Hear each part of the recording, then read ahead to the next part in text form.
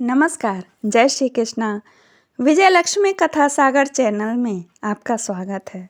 मैं बहुत ही विशद रूप से श्री नवरात्रि व्रत विधि का वर्णन आपको सुनाऊंगी और पूजा में निषिद्ध कन्याओं का विवेचन और कौन कौन सी कन्या के पूजन करने से क्या प्राप्ति होती है, और इसी में सुशील वैश्य को देवी की प्रसन्नता की प्राप्ति होती है, वह भी कथा सुनाऊंगी।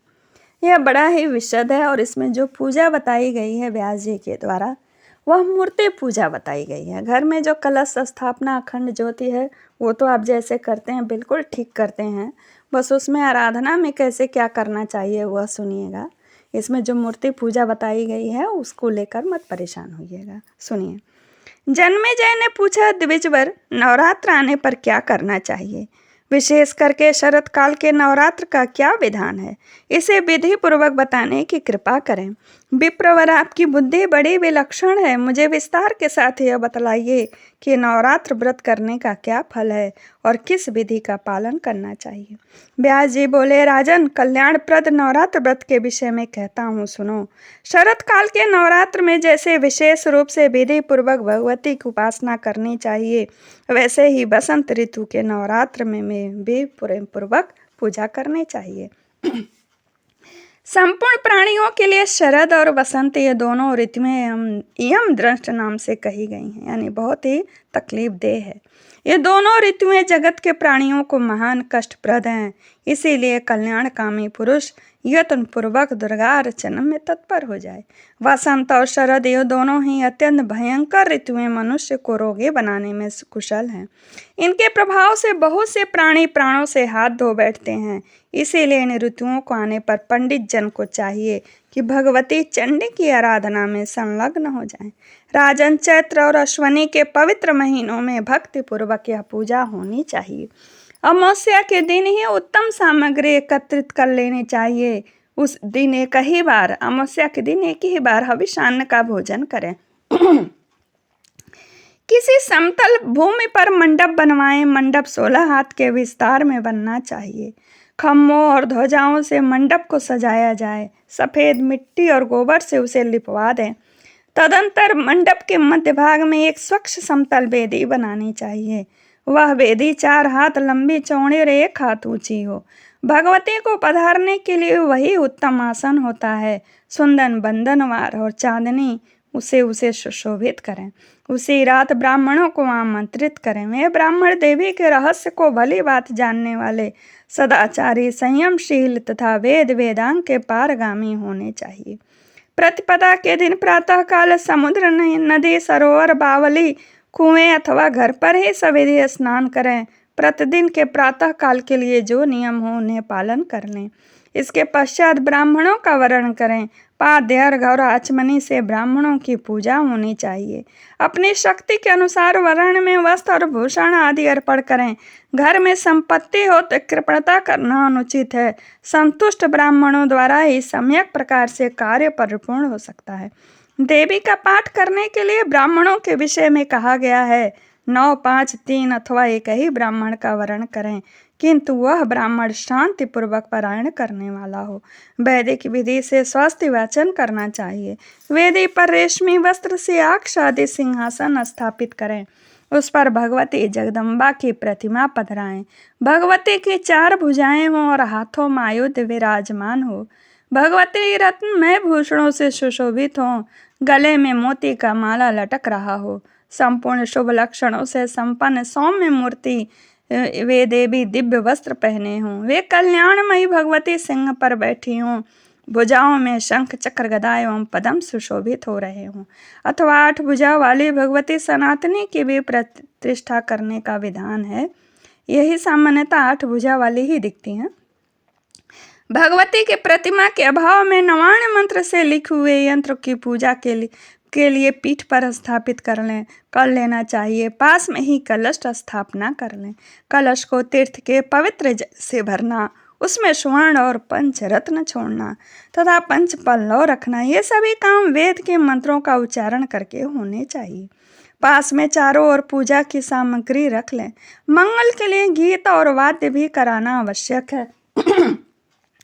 नंदा तिथि अर्थात प्रतिपदा में हस्त नक्षत्र हो तो उस समय का पूजन उत्तम माना जाता है। ध्यान रखिएगा, प्रतिपदा के दिन हस्त नक्षत्र हो, उस समय का पूजन उत्तम माना जाता है। पहले दिन उत्तम विधि से किया हुआ पूजन मनुष्य को अभिलाषा पूर्ण करने वाला होता है। उपवास व्रत, एक भुक्त व्रत अथवा नक्त व्रत, किसी भी एक व्रत का नियम करने के पश्चात पूजा की व्यवस्था करनी चाहिए। फिर यूँ प्रार्थना पूर्वक प्रतिज्ञा करें, देवी तुम जगत की माता हो, मैं उत्तम नवरात्र व्रत करूँगा। माता तुम मेरे सभी कार्यों में सहायता करने की कृपा करो। नवरात्र व्रत की पूर्ति के लिए अपनी शक्ति के अनुसार नियम पालन करना आवश्यक है। तदंतर विधि के साथ मंत्रोच्चारण पूर्वक पूजा करना चाहिए। चंदन, अगरू, कपूर, मदार, कमल, अशोक, चंपा, कनेर, मालती, ब्रह्म पुष्प आदि सुगंधित फूलों तथा सुंदर बिल्वपत्रों एवं धूप दीप से भगवती जगदम्बा की पूजा करें। अनेक प्रकार के फल भोग लगाएं। अर्घ्य देना परम आवश्यक है। नारियल, नींबू, अनार, केला, नारंगी और कटहल आदि सभी फलों से देवी की अर्चा करें। राजन, फिर भक्तिपूर्वक अन्न भोग लगाना चाहिए। हवन करने के लिए कहते हैं कि फिर भक्तिपूर्वक अन्न भोग लगाना चाहिए। हवन करने के लिए त्रिकोण कुंड बनाना चाहिए अथवा उत्तम वेदी भी बनाई जा सकती है, किंतु वह भी त्रिकोण हो। प्रतिदिन भांति भांति के मनोहर द्रव्यों से प्रातः, संध्या और मध्याह्न तीनों समय में भगवती की पूजा करें। गा बजाकर और नाचकर बड़े समारोह के साथ उत्सव मनाना चाहिए। नीचे भूमि पर सोना चाहिए। दिव्य वस्त्र, भूषण और अमृत के समान मधुर भोजन आदि से कुमारी कन्याओं का पूजन करना चाहिए। पहले दिन एक की पूजा करें, फिर प्रतिदिन क्रमशः एक एक बढ़ाता जाए और दूसरे दिन 2, तीसरे दिन 3 और इस तरह 9वें दिन 9 कन्याओं का पूजन होना चाहिए। अपने धर्म के अनुसार पूजन में खर्च करना चाहिए। राजा, शक्ति के रहते हुए यज्ञ में धन की कृपणता करना अत्यंत निषिद्ध है। राजन, पूजा विधि में 1 वर्ष की अवस्था वाली कन्या नहीं लेनी चाहिए, क्योंकि उन्हें स्वाद का कोई पता नहीं रहता। इसलिए कुमारी वही कहलाती है जो कम से कम 2 वर्ष की हो चुकी हो। 3 वर्ष की कन्या को त्रिमूर्ति, 4 वर्ष की कन्या को कल्याणी कहते हैं, 5 वर्ष वाली को रोहिणी, 6 वर्ष वाली को कालिका, 7 वर्ष वाली को चंडिका, 8 वर्ष वाली को शांभवी, 9 वर्ष वाली को दुर्गा, 10 वर्ष वाली को सुभद्रा कहा गया है। इससे ऊपर अवस्था वाली कन्या को पूजा में नहीं लेना चाहिए। वह सभी कार्यों में निम्न मानी जाती है। इन्हीं नामों से विधि पूर्वक पूजन करें जो उन्होंने नाम बताया है। त्रिमूर्ति कहते हैं 3 वर्ष को, और 4 को कल्याणी, ऐसे नाम लेना चाहिए। उन 9 कन्याओं के पूजन का फल भी बताया जाता है। दुख और दारिद्र्य के शमन के लिए कुमारी की पूजा करना चाहिए। इस पूजन से शत्रु का शमन और धन एवं आयु एवं बल की वृद्धि होती है। भगवती त्रिमूर्ति की पूजा से त्रिवर्ग अर्थात धर्म, अर्थ और काम की सिद्धि मिलती है। साथ ही धन धान्य का आगमन एवं पुत्र पौत्रों का संवर्धन भी होता है। जिस राजा को विद्या, विजय, राज्य एवं सुख पाने की अभिलाषा हो, वह संपूर्ण कामना पूर्ण करने वाली भगवती कल्याणी को निरंतर पूजा करें। शत्रु का समन करने के लिए भगवती कालिका की भक्ति पूर्वक आराधना करनी चाहिए। भगवती चंडिका की पूजा से ऐश्वर्य एवं धन की पूर्ति होती है। राजन, किसी को मोहित करने, दुख दारिद्र को हटाने तथा संग्राम में विजय पाने के लिए भगवती शांभवी की सदा पूजा करनी चाहिए। किसी कठिन कार्य को सिद्ध करते समय अथवा यदि दुष्ट शत्रु का संहार करना हो तो भगवती दुर्गा की पूजा करनी चाहिए। इनकी भक्ति पूर्वक पूजा करने से पारलौकिक सुख भी सुलभ होता है। मनोरथ की सफलता के लिए भगवती सुभद्रा की सदा उपासना होनी चाहिए। मानव रोगनाश के लिए रोहिणी की निरंतर पूजा करें। भक्ति भाव से संपन्न होकर श्रीरस्तु तथा श्रीयुक्त मंत्र अथवा बीज मंत्र से पूजा करने का विधान है। मंत्र का अर्थ इस प्रकार है। मंत्र का मैं फोटो खींच करके वीडियो पर डाल दूंगी, वो मंत्र आप पढ़ लीजिएगा। मंत्र का अर्थ मैं बता रही हूँ। जो स्कंद के तत्व में ब्रह्म आदि देवताओं को भी लीला पूर्वक रचना करती हैं, उन कुमारी देवी की मैं पूजा करता हूँ। जो सत्वादि तीनों गुणों से 3 रूप धारण करती हैं, जिनके अनेकों रूप हैं तथा जो तीनों कालों में व्याप्त हैं, उन भगवती त्रिमूर्ति की मैं पूजा करता हूँ। निरंतर सुपूजित होने पर भक्तों का कल्याण करना जिनका स्वभाव ही है, उन संपूर्ण मनोरथों को पूर्ण करने वाली भगवती कल्याणी की मैं पूजा करता हूँ। जो संपूर्ण प्राणियों के संचित बीजों का रोपण करती हैं, उन भगवती रोहिणी की मैं उपासना करता हूँ। कल्प के अंत में चराचर सहित अखिल ब्रह्मांड को जो अपने में विलीन कर लेती हैं, उन भगवती कालिका की मैं पूजा करता हूँ, जिनका रूप अत्यंत प्रकाशमान है, जो चंड एवं मुंड का संहार करने वाली हैं तथा जिनकी कृपा से घोर पाप तत्काल नष्ट हो जाता है, उन भगवती चंडिका की मैं पूजा करता हूँ। वेद जिनके स्वरूप हैं, वे ही वेद जिनके प्राकट्य के विषय में कारण का अभाव बतलाते हैं तथा सबको सुखी बनाना जिनका स्वाभाविक गुण है, उन भगवती शांभवी की मैं पूजा करता हूँ। जो भक्तों को सदा संकट से बचाती है, दुख दूर करने में जिनका मनोरंजन होता है तथा देवता लोग भी जिन्हें जानने में असमर्थ हैं, उन भगवती दुर्गा की मैं पूजा करता हूँ। जो सुपूजित होने पर भक्तों का कल्याण करने में सदा संलग्न रहती हैं, उन अशुभ विनाशिनी भगवती सुभद्रा की मैं पूजा करता हूँ। पंडित जननी मंत्रों से कन्याओं की पूजा करें। वस्त्र भूषण माला और चंदन आदि श्रेष्ठ वस्तुओं से पूजन करना चाहिए। व्यास जी कहते हैं, जिसके शरीर में किसी अंग की कमी हो, जिसके अंग में कहीं छिद्र हो तथा जो दुर्गंध युक्त एवं नीच कुल में उत्पन्न हुई हो, ऐसे कन्याओं को पूजा में नहीं लेना चाहिए। जन्म से अंधी, तिरछी नजर से ताकने वाली, कानी, कुरूपा, बहुत रोम वाली, रोगड़ी तथा रजस वाला कन्या का पूजा में परित्याग कर दें। जो अत्यंत दुर्बल हो, जिसकी 1 वर्ष के भीतर उत्पत्ति हुई हो अथवा स्त्री से जिसका जन्म अथवा विधवा स्त्री से जिसका जन्म हुआ हो तथा विवाह से पहले ही माताजी से जन्म दे चुकी हो, ऐसी कन्याएं संपूर्ण पूजाओं में त्याज्य हैं। किसी प्रकार के रोग से रहित, श्रेष्ठ रूप वाली, सुंदरी, छिद्र रहित तथा अपनी माता एवं पिता से उत्पन्न कन्या का ही सम्यक प्रकार से पूजन करना चाहिए। सभी कार्य के सिद्धि के लिए ब्राह्मण कन्या युद्ध में विजय पाने के लिए है। सभी कार्यों में सिद्धि के लिए ब्राह्मण की कन्या की पूजा करें। युद्ध में विजय पाने के लिए क्षत्रिय कन्या तथा व्यापार में लाभ के लिए वैश्य एवं शूद्र की कन्या का पूजन करना चाहिए, ऐसी मान्यता है। ब्राह्मण और क्षत्रिय ब्राह्मण की कन्या की पूजा करें। वैश्य के लिए ब्राह्मण, क्षत्रिय और वैश्य, इन तीनों कन्याओं की पूजा करने का विधान है। शूद्र 4 वर्णों की कन्या की पूजा करें। शिल्प कर्म करने वाले अपने वंश की कन्या का पूजन करें। नवरात्र विधि से भक्ति पूर्वक निरंतर पूजा होनी चाहिए। ध्यान दीजिएगा, सारे वर्णों को बोला गया है ये पूजा करने के लिए। यदि नवरात्र में प्रतिदिन पूजा करने के लिए असमर्थ हों तो अष्टमी के दिन विशेष रूप से पूजन करना परम आवश्यक है। प्राचीन समय की बात है कि दक्ष के यज्ञ को विध्वंस करने वाली भगवती भद्रकाली का अवतार अष्टमी को हुआ था।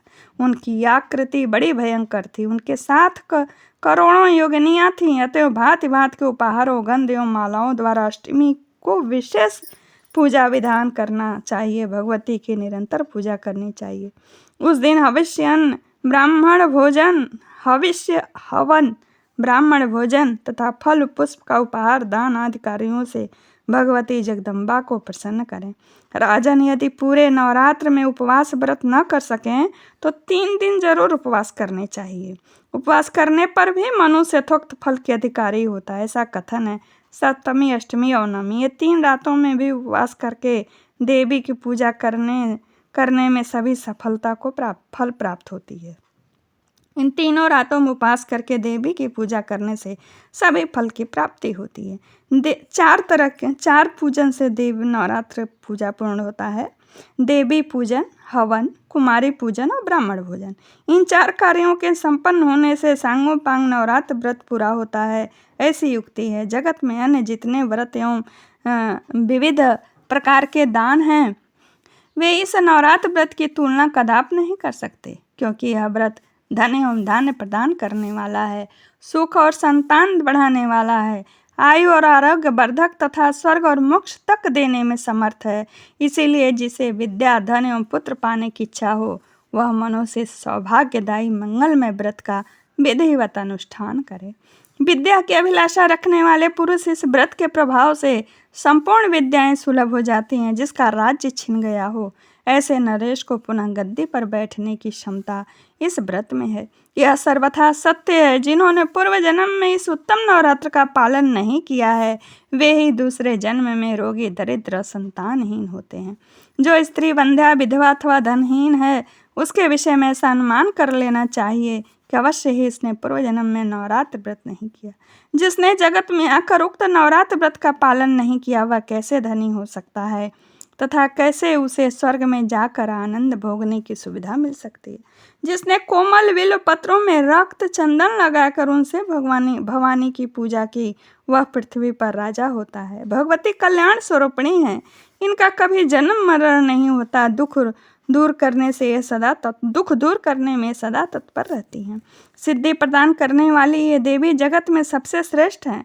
जिस मनुष्य ने इनकी उपासना नहीं की, वह निश्चय ही इस जगत में दुखी, शत्रुग्रस्त एवं दरिद्र होता है। ब्रह्मा, विष्णु, शंकर, सूर्य, अग्नि, वरुण, कुबेर एवं इंद्र प्रभृति देवता बड़े हर्ष के साथ जिनका ध्यान करते हैं, उन्हें भगवती चंडिका को मानो क्यों नहीं भजते हो। मनु ने कहा, इनके स्वाहा और स्वधा इन नामों का उच्चारण करने से देवता और पितर तृप्त हो जाते हैं। इसी से श्रेष्ठ मुनिगण संपूर्ण यज्ञों में हर्षपूर्वक मंत्रों के साथ इसका प्रयोग करते हैं। जिनकी इच्छा से ब्रह्मा इस जगत की सृष्टि करते हैं, विष्णु अनेक अवतार धारण करके पालन करते हैं तथा शंकर संहार करने में तत्पर होते हैं, उन कल्याणदायिनी भगवती को मानो क्यों नहीं भजता। नर, नाग, पक्षी, पिशाच, राक्षस और देवता, इनमें कोई एक भी ऐसा नहीं है जिसमें भगवती की शक्ति न हो। यह हिल डुल तक सके। घर घर की यही स्थिति है। मंगलमयी भगवती चंडिका संपूर्ण कामनाएं सिद्ध कर देती हैं। धर्म, अर्थ, काम और मोक्ष, इन चारों फलों की अभिलाषा करने वाला कौन ऐसा पुरुष है जो इस भगवती को उपासना न करे अथवा उनके व्रत से वंचित रह जाए। महान से महान पापी भी यदि नवरात्र व्रत कर ले तो संपूर्ण पापों से उसका उद्धार हो जाता है। प्राचीन समय की बात है, एक निर्धन वैश्य था। वह महान दुखी था। यही नवरात्र व्रत की कथा है जो अभी मैं सुना रही हूँ। राजन कौशल देश के किसी सज्जन ने उसका विवाह भी करा दिया था। उसके बहुत से बाल बच्चे हो गए थे, पर उसकी क्षुधा कभी शांत नहीं होती थी। उसके लड़के सायंकाल में किसी प्रकार कुछ भोजन पाते, वैसे भी कुछ पा लेता था। सर्वदा वे सब भूखे ही रहते थे। बड़ी कठिनता से कुटुंब का भरण पोषण चलता था। उस वैश्य के मन में अपार चिंता रहती थी, फिर भी वह हमेशा सत्य बोलता और धर्म में तत्पर रहता था। कभी भी कोई गलत कार्य नहीं करता, क्रोध भी नहीं करता। देवताओं, पितरों और अतिथियों को पूजा हमेशा करता। आश्रित जनों को और खिलाने के पश्चात ही वह भोजन करता। वैश्य के प्रतिदिन का नियम था ये। यूँ उसका समय व्यतीत हो रहा था। उत्तम गुणों के कारण ही उसका नाम सुशील वैश्य रखा गया था। दरिद्रता से घबरा कर एक बार एक शांत स्वभाव मुनि से पूछा। सुशील ने कहा, ब्राह्मण देवता, तुम्हारी बुद्धि बड़ी विलक्षण। आज मुझ पर कृपा करके यह बताओ कि मेरी दरिद्रता निश्चय पूर्वक कैसे दूर हो सकती है। मानद मुझे धन की इच्छा नहीं है कि मैं खूब कमाऊं, खूब संपन्न हो जाऊं, पर मैं ऐसा चाहता हूं कि मेरे परिवार का भरण पोषण सामान्य ढंग से चले और मुझे शांति और मिले और भरण पोषण करने की मुझ में शक्ति रहे। मेरे छोटे बच्चे भोजन पाने के लिए सदा रोते रहते हैं। घर में इतना भी अन्न नहीं है कि उन्हें एक एक मुट्ठी दे सकूं। रोते हुए मेरे बालक घर से निकल गए, मैंने उन्हें त्याग दिया। अब मेरे हृदय में आग सी लग गई है, परंतु धन के अभाव में मैं कर ही क्या सकता। मेरी लड़की विवाह के योग्य हो गई है, मेरे पास धन नहीं है, मैं क्या करूं। द्विजवर इसी से मेरा मन चिंता के समुद्र में गोते खा रहा है। दयानिधे, तुमसे कोई बात छिपी नहीं है। विप्र, अब तुम तप, दान, व्रत, मंत्र एवं जब कोई भी ऐसा उपाय बताओ जिससे मैं अपने आश्रित जनों का भरण पोषण सुचारू रूप से कर सकूं।